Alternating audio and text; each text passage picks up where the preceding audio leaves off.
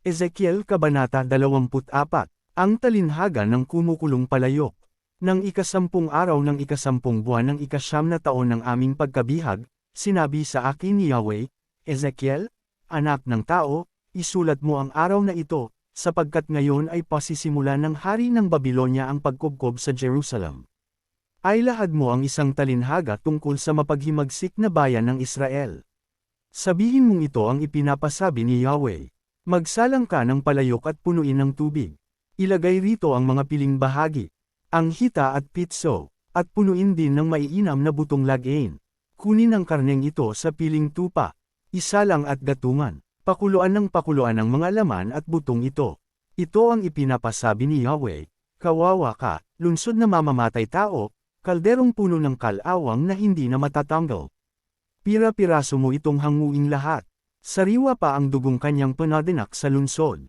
Ito'y sa bato pinatulo at di sa tuyong lupa upang matabyunan sana ng alikabok. Iniwan ko ang dugo sa ibabaw ng malaking bato upang hindi maitago. Sa gayon, madali akong makapaghihiganti. Kaya nga, ipinapasabi pa ni Yahweh, kawawa ka, lungsod na mga mamamatay tao. Ako may magbubanten ng kahoy na panggatong.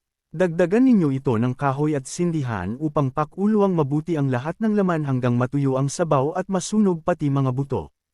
Pagkatapos, ang kaldero ay ipapatong ko sa maraming baga hanggang sa magbaga rin ito.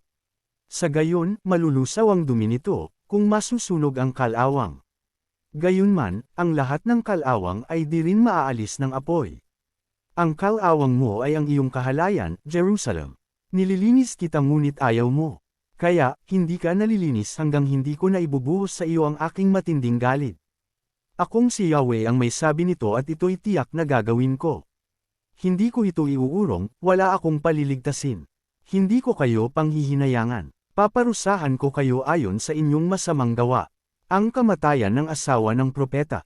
Sinabi sa akin ni Yahweh, Ezekiel, anak ng tao, sa isang iglap ay kukunin ko ang taong pinakamamahal mo ngunit huwag mong itatangis ni iluluha. Maaari mong daanan sa buntong hininga ngunit tibayan mo ang iyong loob. Manahimik ka at huwag iparirinig ang iyong pagtangis. Huwag kang lalakad ng walang sapin sa paa at lambong sa ulo na tanda ng pagluluksa. Huwag mong tatakpan ang iyong mukha ni kakain ng pagkain ng mga upahang taga-iyak. Umaga nang ako'y magsalita sa mga Israelita. Kinagabihan, namatay ang aking asawa. Kinaumagahan, ginawa ko ang iniutos sa akin ni Yahweh. Tinanong ako ng mga tao, ano ang ibig mong sabihin sa ginagawa mong ito? Sinabi ko sa kanila, sinabi sa akin ni Yahweh na sabihin ko sa sambahayan ng Israel ang ganito, ang aking templo na siyang sagisag ng inyong kapangyarihan at kasiyahan ay sasalaulain ko, at papatayin sa tibak ang inyong mga anak. Tularan ninyo ang ginagawa ko, huwag kayong magluluksa ni malulungkot. Magayos kayong tulad ng dati, nakaturbant at panyapak. Huwag kayong tatangis o luluha.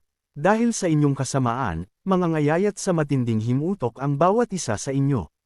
Sinabi ni Yahweh na ang mangyayari kay Ezekiel ang magiging babala sa inyo. Kung mangyari na ang lahat, tularan ninyo ang kanyang ginagawa. Sa gayon, makikilala ninyong ako si Yahweh. Ezekiel, anak ng tao, aalisin ko sa kanila ang matibay nilang templo na siya nilang ipinagmamalaki at kasiyahan, gayon din ang kanilang mga anak. Sa araw na iyon, isang takas ang magbabalites sa iyo ng mga pangyayari. Sa araw na yaon, makapagsasalita ka na muli, makakausap mo na ang takas na iyon. Ikaw nga ang magiging pinakababala sa kanila.